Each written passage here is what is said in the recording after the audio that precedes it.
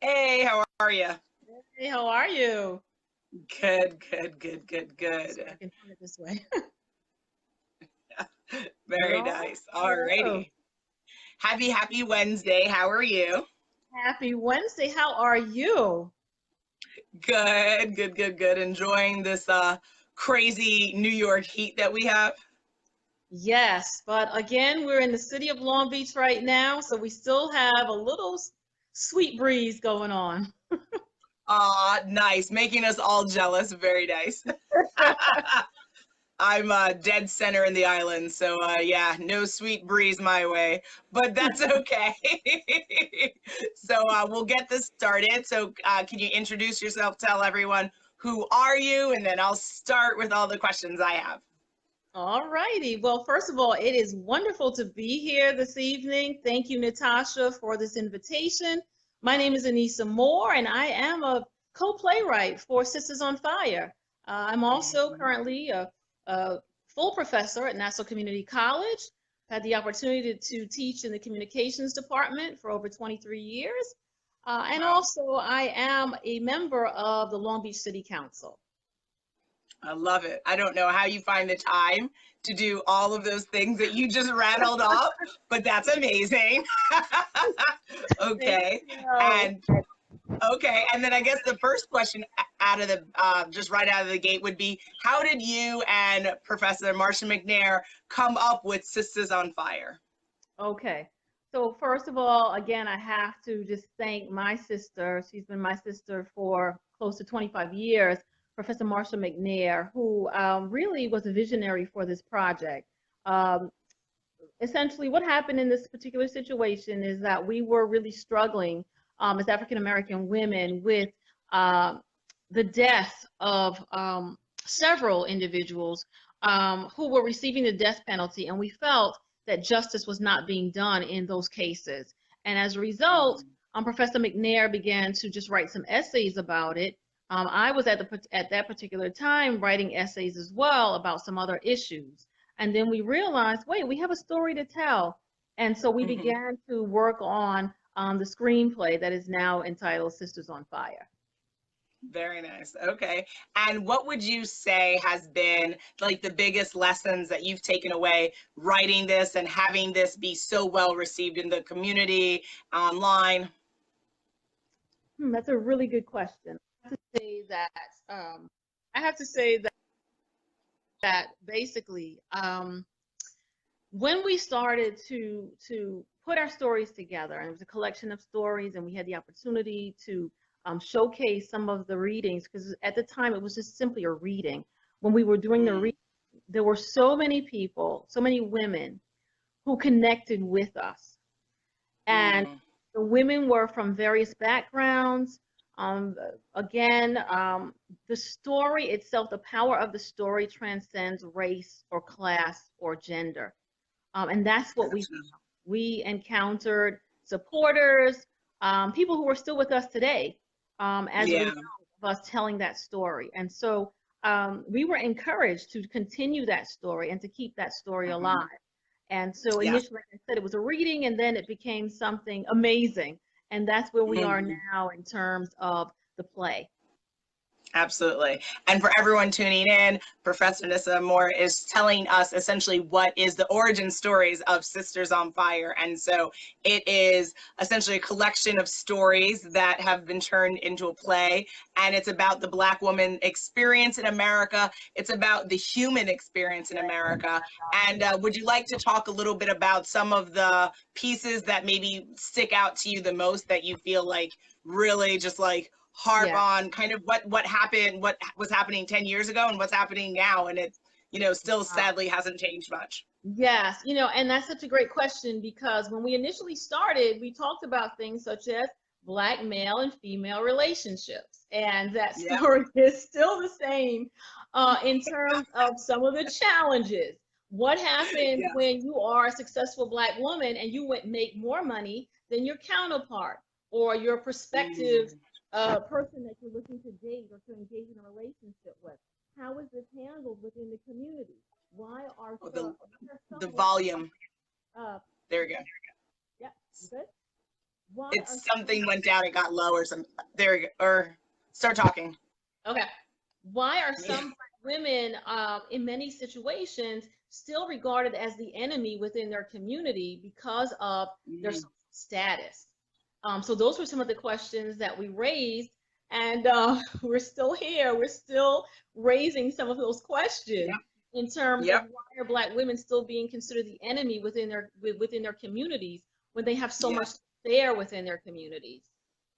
Mm, absolutely. Okay. And And also, I love the piece about the train. Do you want to talk a little bit about that? okay, so the train really comes out of my own personal experience. I'm on a train a couple of years ago, and some young ladies get on the train.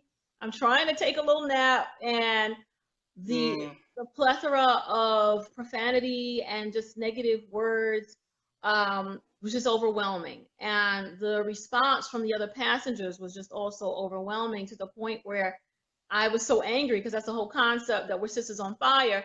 I actually started writing the story while I was on the train. And the whole wow. purpose, the concept of Wow. this story is that we have to, at a certain point, recognize that young Black girls have value within the society. Yeah. And it's all of us, it's our responsibility to recognize that, and then to also Yeah. be proactive, to say, you're here, you have value, I'm listening to you, I'm not going to shut Yes. you out.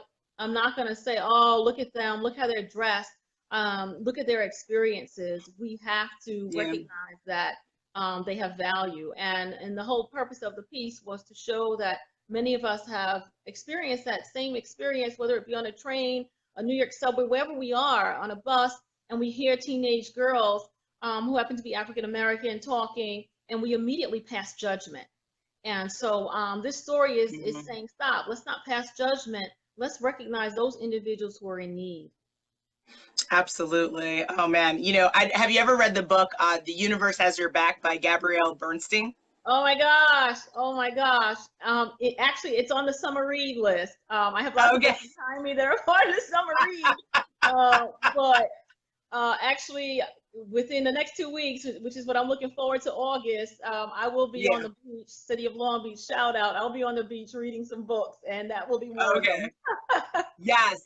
So yeah, that's an amazing book. Shout out to Gabrielle Bernstein. She's a sister on fire in her own right. And Yes. what I found most amazing, one of the things she said is that when we are having discord with other people, to not forget the fact that like, hey, remember, you are the other person. So Yes. like, and when I read that, I was like, oh, That's she it. told me That's my it. life. She gave me everything in that, because again, how could you fight with someone if you are that person, right? You would Right. learn to treat everyone with respect, with dignity, with That's it. care, with empathy, because you are the other person, right? We Yes. wouldn't have this animosity towards people of different backgrounds, towards immigrants, towards, because you are that person, right? See yourself in everyone you're speaking to, and the nature of how you communicate and connect with that human being changes Yes. immediately. And so, yeah, I mean, there's Oh, so much to take absolutely. to Absolutely. take I away have from to that book. connect to that Yeah. that point, and that is many years ago, I had the opportunity, myself as well as Professor Mcnair, had the opportunity to participate in the SEED project. And one of the aspects of the SEED project, which was really something that was championed by Peggy McIntosh, was the concept of windows, but also mirrors. And that's Hmm. for all of us. When we engage, we have to look at someone through the mirror, but then, okay, we need to look at them at that window. And so it's always Absolutely. about, okay, it's you, it's seeing through someone else, and then you, again, looking at yourself and saying, how can I relate? I love it. So what was I going to say? So then I guess the next question would be, in your career, how has being a woman, how has being a person of color affected your professional journey? Ah, wow. We need a lot of time to discuss that one. But I'll just say this, that I was inspired by so many sheroes in my life.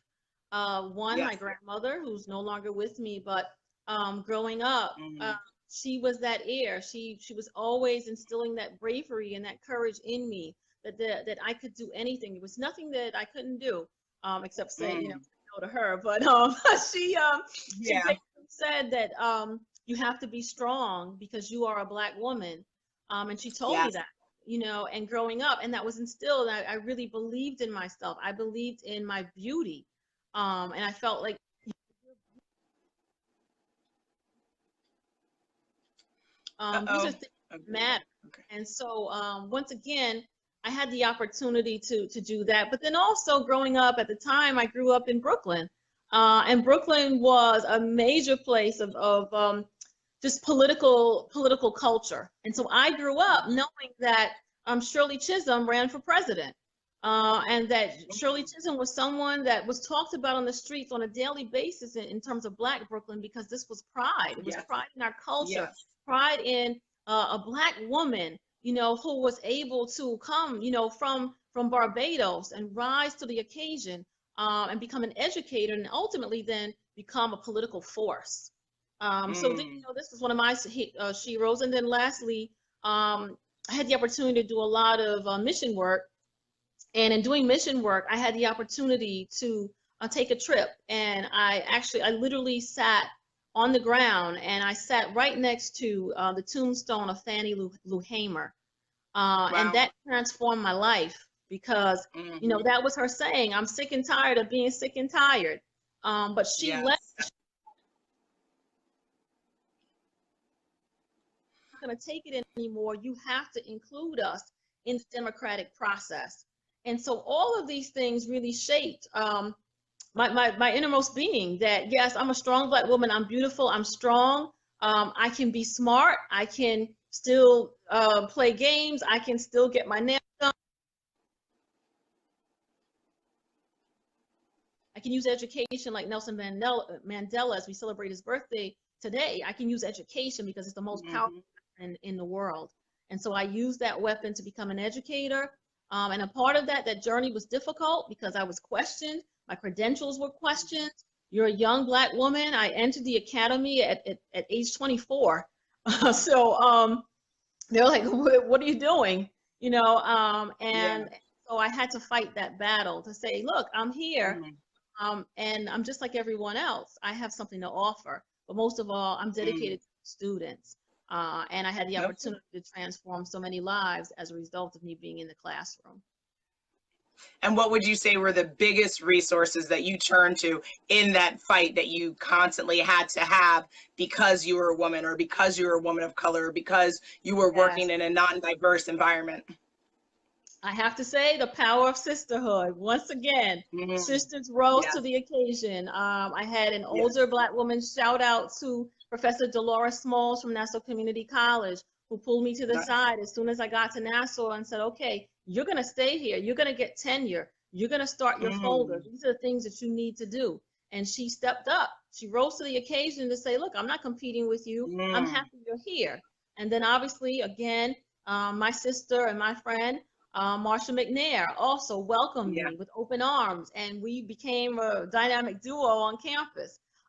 We were able to develop, and we built a network of other young women who are now on campus or someplace else. And so that's really what it's about. And then obviously I can't leave out all of the women who were a part of the Women's Studies Department. There were women who were on campus who were part of that project. Susan Kravitz, if you're listening, I was able to connect with my gay and lesbian community. They said, look, we see what you're doing here on campus, and we're going to support you. So then ultimately, all of us pretty much formed a coalition to transform Nassau Community College. Awesome, awesome, awesome. Hi, Tina. Thanks for joining. And for anyone who's just tuning in, we're talking about the origins. Oh my gosh, yes. Thank you. I see all my Long Beach people. Thank you. I love you. Thanks for tuning in. Long Beach is just amazing right now. The support. Wow, Long Beach is on fire right now. When it comes to, for anyone listening who maybe hasn't found their tribe of support, or hasn't even, maybe they're trying to figure out what they should be doing to, you know, release their passions, like kind of like how you and Professor Marsha Mcnair, you know, founded and created Sisters on Fire. What advice do you have to her to say, how do you find your support tribe, your tribe of support? And then also, how do you use your creativity to get your voice out and be heard in this world? Okay, I would say, first of all, you have to be proactive. And that means first you have to value yourself. Place value in yourself, place value in your gifts, in your talent, in your abilities. Yes. And if it takes for you to just engage in self-talk and do a self-assessment, you do that. Yes. Because it's important for you to know who you are and to value who you are. And once you begin to place that value on yourself, then you need to be proactive and say, I'm going to make this commitment to myself, and I'm going to find a mentor. I'm going to find someone that I can follow. And sometimes you have to go after your mentor. You have to say, look, I'm following you.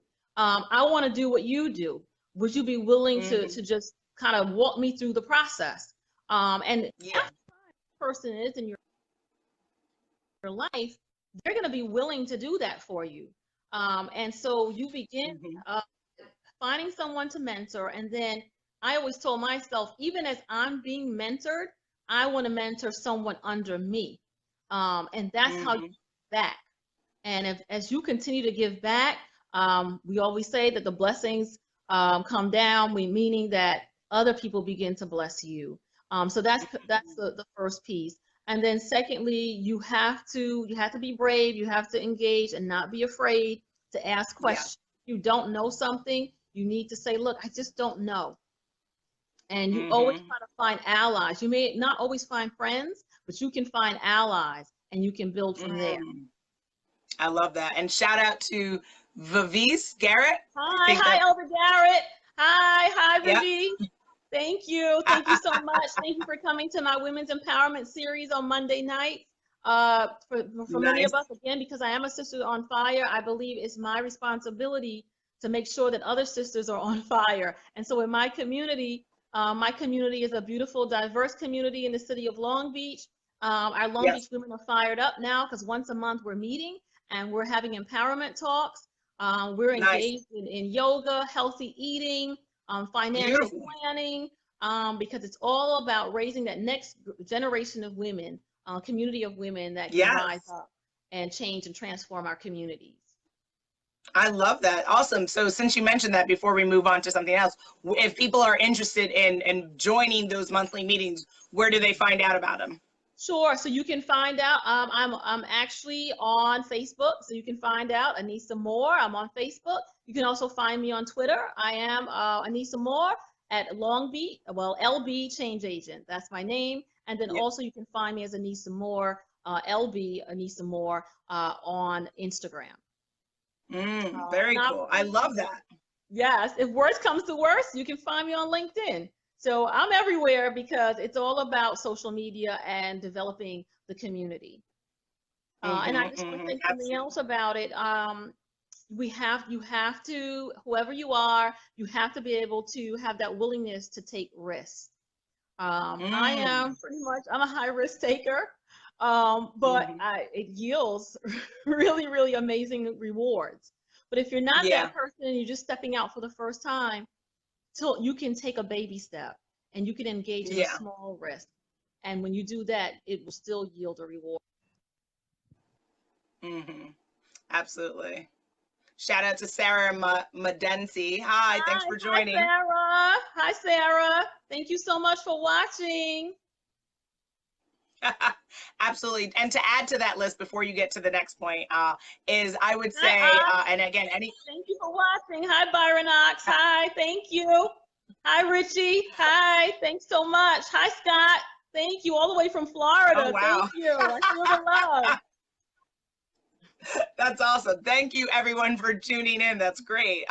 Make sure you like the Sisters on Fire Facebook page so that you can stay up to date with all of our upcoming live stream events. We do a lot of these all the time because that's what being a Sister on Fire is about. It's about creating content, and it's about educating, inspiring, and activating the communities that we're a part of. So yay, thank you for everyone coming out. I was just going to add to what you were saying about, how do you find your tribe of support? I would say also, in addition to, not being afraid of risk and stuff like that, also try to understand, be in tune with yourself, right? Because I think so much much of our career journey is muddled by the fact that we pursue jobs and opportunities that aren't really in alignment with who we are. And then you right, and then you start to try to find connections with people who aren't going to give you the advice that, again, is in line with who you are. So as soon as you can start to sit down with yourself, whether you're 5, 25, 55, 75, yeah, what do you want out of this world, right? Write that list for yourself and see how people and opportunities fit within that list. Don't try to make yourself fit within someone else's list. That you have got to take hold of your life, right? And figure out what your testimony is going to be. Figure out what do you want, what's your lasting mark on this world. And I think that that's the key to being a Sister on Fire. That's the key to true success. It's the key to happiness. So, you know, and that's how you can find a tribe to surround that alignment, right? But you have to be in tune with yourself. I would say, you know, so far in my journey, that's what I learned. Oh, absolutely. And I would also say that it's just a series of steps. And sometimes you discover your strength by stumbling into that situation. And that's really what happened with Sisters on Fire. We really started, some of it, I was just writing poems. And then all of a sudden that poem became a story. And so, you know, even with the songs, with the music, everything, it was just like we were humming something for Hurricane Katrina because we were just thinking about it. And that's how this whole concept, Katrina on my mind. So again, sometimes you stumble into it. It's not something that just, oh, I have a whole play now, I'm ready to go.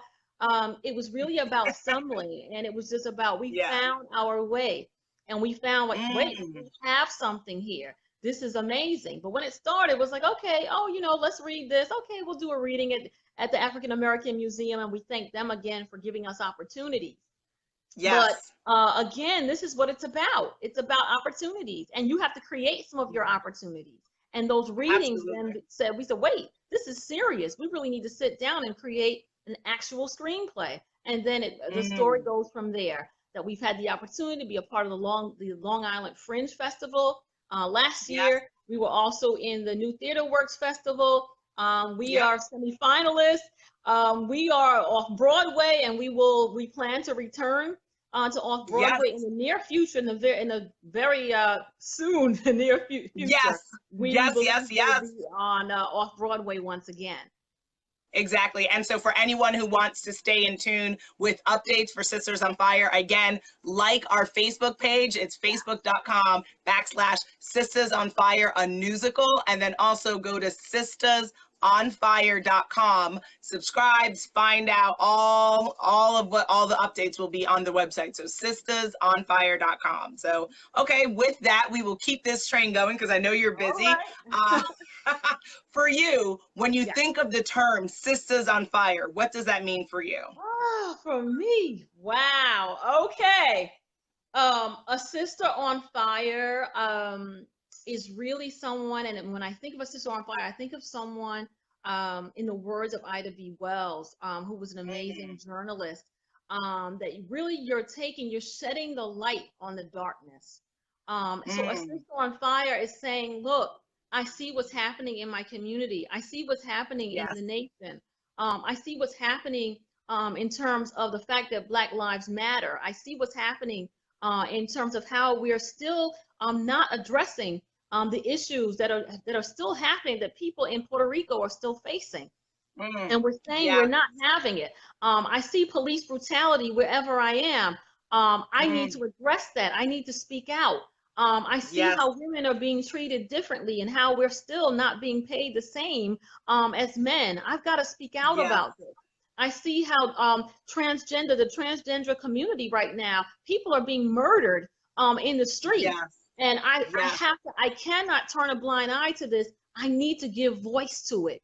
I need to give voice to it. I need to give voice to the gentrification that's taking place all across New York. People of color are being moved out of their communities. I can't remain silent. I'm on fire. I'm a sister on fire, and I need to say something, and I need to do something about it. That's what a sister on fire is. it's a long definition, but that's just the beginning. So I'm on fire and I've got to do what I need to do. Sometimes it means I need to run for city council, then I need to be a sister on fire and I need to run. But if it means that I need to walk the streets and I need to just go ahead and just do community watch, if I need to stand ground, then I need to do that. But it means that I'm going to give voice to everything that's around me. I see it, I'm mad about it, but now I'm going to facilitate change. I'm not just going to talk about it. I'm going to be about it. I'm going to facilitate change. Yes, absolutely. Yes. Tina says, all right now. See, now y'all heard that? Y'all, you don't even know this. If you haven't seen the play Sistas on Fire, you will have to, because that was just like a taste of how lit this play really is. So really yes. Yes, Queen. The play is all about that. It's all about here's some situations and we're gonna talk about it. We're not just gonna sing about it. We're gonna tell you here's the history behind it. That's why we call it a newsical, because it's all based on historical events. Whether it be Black Lives Matter, a young mother talking about the fact that why was my son killed on the street, or Hurricane Katrina, why was the government taking that slow response when people were standing up on rooftops saying save us, and now we see in Puerto Rico people are still without water, or people in Flint are still without water. What's going on? So not all lives matter. All lives matter. All lives matter. We have to stay on fire until justice is done. Until justice is done. Yeah. Absolutely. Yes. Are you also a minister too? Because I feel like I just want to be like, ooh, amen. Just like I have had the opportunity for several years. I don't have the time to do it as much, but I did travel throughout the tri-state area teaching other women. And a part of that was actually giving voice to social justice issues. And that gave me the opportunity to connect social justice to Christianity, which is something that people sometimes say is not lacking, is actually lacking. So I had the opportunity to do that. And also, while I'm here, shout out to Pastor Eric Mull. He may or may not be watching, but I've had the opportunity to partner at the Lutheran Church here in Long Beach, St. John's Lutheran Church by the Sea, and give talks on social justice. So yes, I'm about that life too. I love it. Okay. And also, just quickly, because you haven't had a necessary chance to talk about it, is, Tina wrote, I think we are aware what's going on. It's how we process and handle these issues. So yeah, I mean, I think for people of color, yes, we're aware that we're not treated, the same way as other people, or that there is injustice. But the problem is having other people of different narratives see it, because sometimes just because something's we're seen in our community doesn't mean all communities see it, right? So there's that. So you definitely still have to educate, but it is also about infiltrating and making sure that that this, because the Flint situation is it's absurd to think that in America that this could be going on. This doesn't make any sense. Like, this is one of the richest countries in the entire planet. It makes no sense. When it first started, I was on the ground. I went through a mission trip, and I went into the area, and every night I would just cry in the car, because we went down to try to save houses down there, because they were selling houses that would go here for, I don't know, let's say 800,000 or more. They were selling them for $200. Okay, they were selling them for $200. And this is what's happening. This is a part of what happens when you destroy communities and you push people out of communities.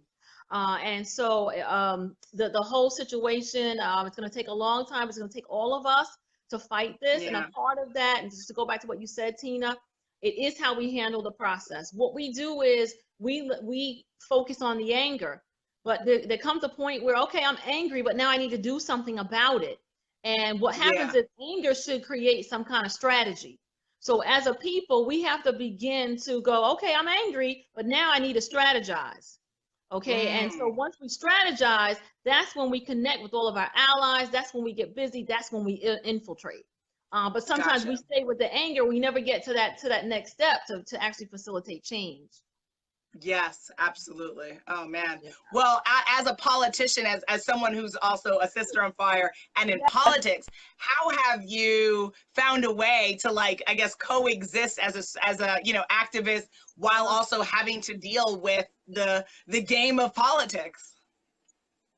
Yes, because it's a challenge. It's an extreme challenge for me because again, first of all, it's helpful for people to understand that I'm the first African American woman to ever serve as a member of the Long Beach City Council, meaning that I made history. And I think that's critical to the story. But when you make history and you're the first, people have certain expectations, and those are certain cultural expectations that if I'm a black woman and I'm smart and they know I'm a college professor, I'm not supposed to get angry about things. So if I say something that makes me an angry black woman, but I'm only saying something that someone else just said. So are you covering your phone? Okay. Why is there a double standard? Yeah.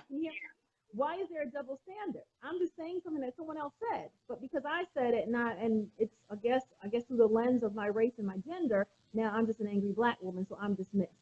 So what I've learned to do is use that anger, channel it, and I only speak through facts. Everything has to be based on a fact.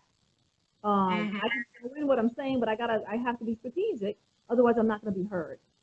But then also, absolutely, I got to use my allies. There's some wonderful women here from various backgrounds, and they understand I'm still a woman. So there are certain things that I need to say, and I need to say it in a certain way. I process in a certain way. Doesn't make it inferior. It just means that I process differently. I communicate differently. And so I've used it in that way.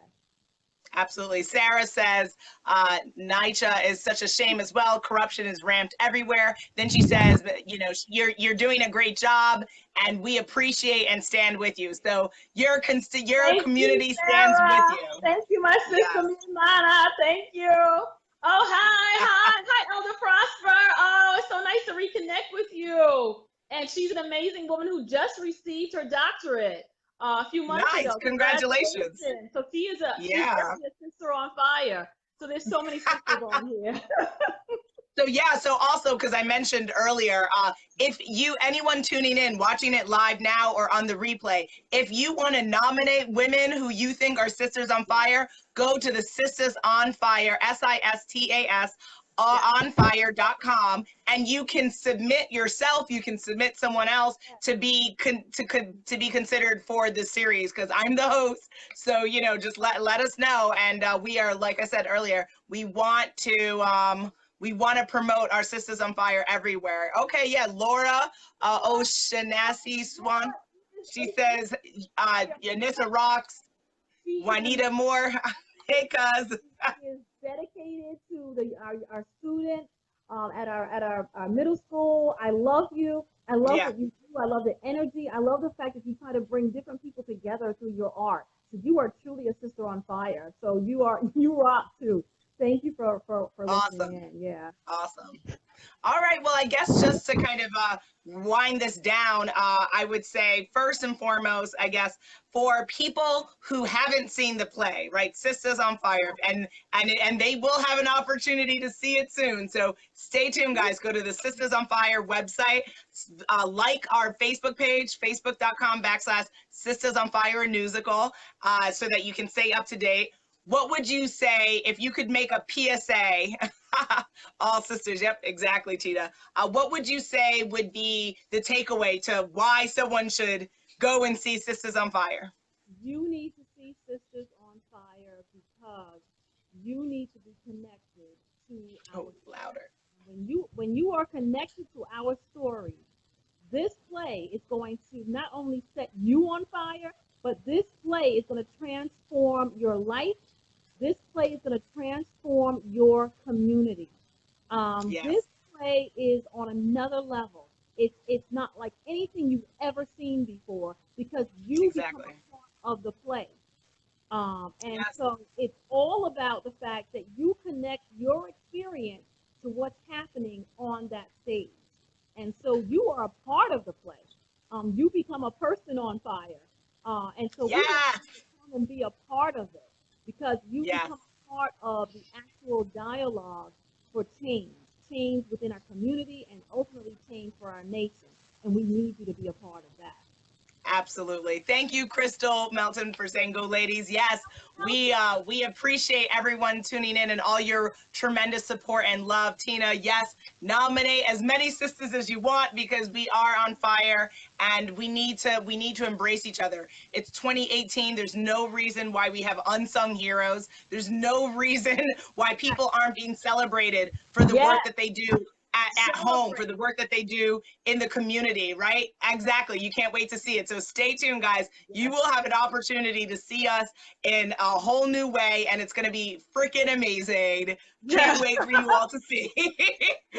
So if people want to get in touch with you and they want to collaborate with you, they want to learn more how they can support the Long Beach community, they want to support, you know, how can they get in touch with you? Okay, so once again, remember, you can find me on Facebook, Anissa Moore, ANISSAMOORE. You can also find me on Instagram, LB at Anissa Moore. And then you can also find me on Twitter.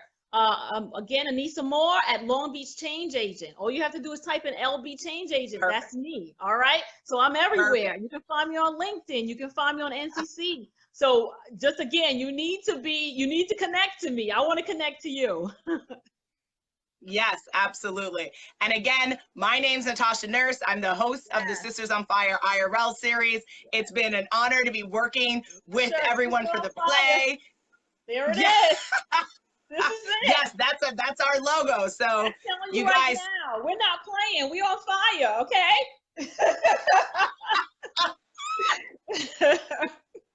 I love it. Well, thank you so much. Crystal says you're. Yes, and I hope that people understand they need to tune in to all of the wonderful, amazing things that you're doing as well. They need to also connect to your Dressing Room 8. You are an amazing entrepreneur. You're an amazing motivational speaker. And you need to connect to Natasha Nurse. She's also on WHPC, which is Nassau Community College Radio. She's got an amazing show. This is how we all connect to each other. Yes, thank you. So I'll share your links. I'll share my links. And yeah, absolutely. We can make that. People want shirts. So tell Marsha. This is a movement. Yes, absolutely. All right. Thank you everyone for tuning in. Stay tuned for all of our upcoming live streams. And thank you again for helping to create this movement. You are amazing. Thank you. You are too. Thanks so much. Take care. Thanks. Bye. Bye. Peace. Peace.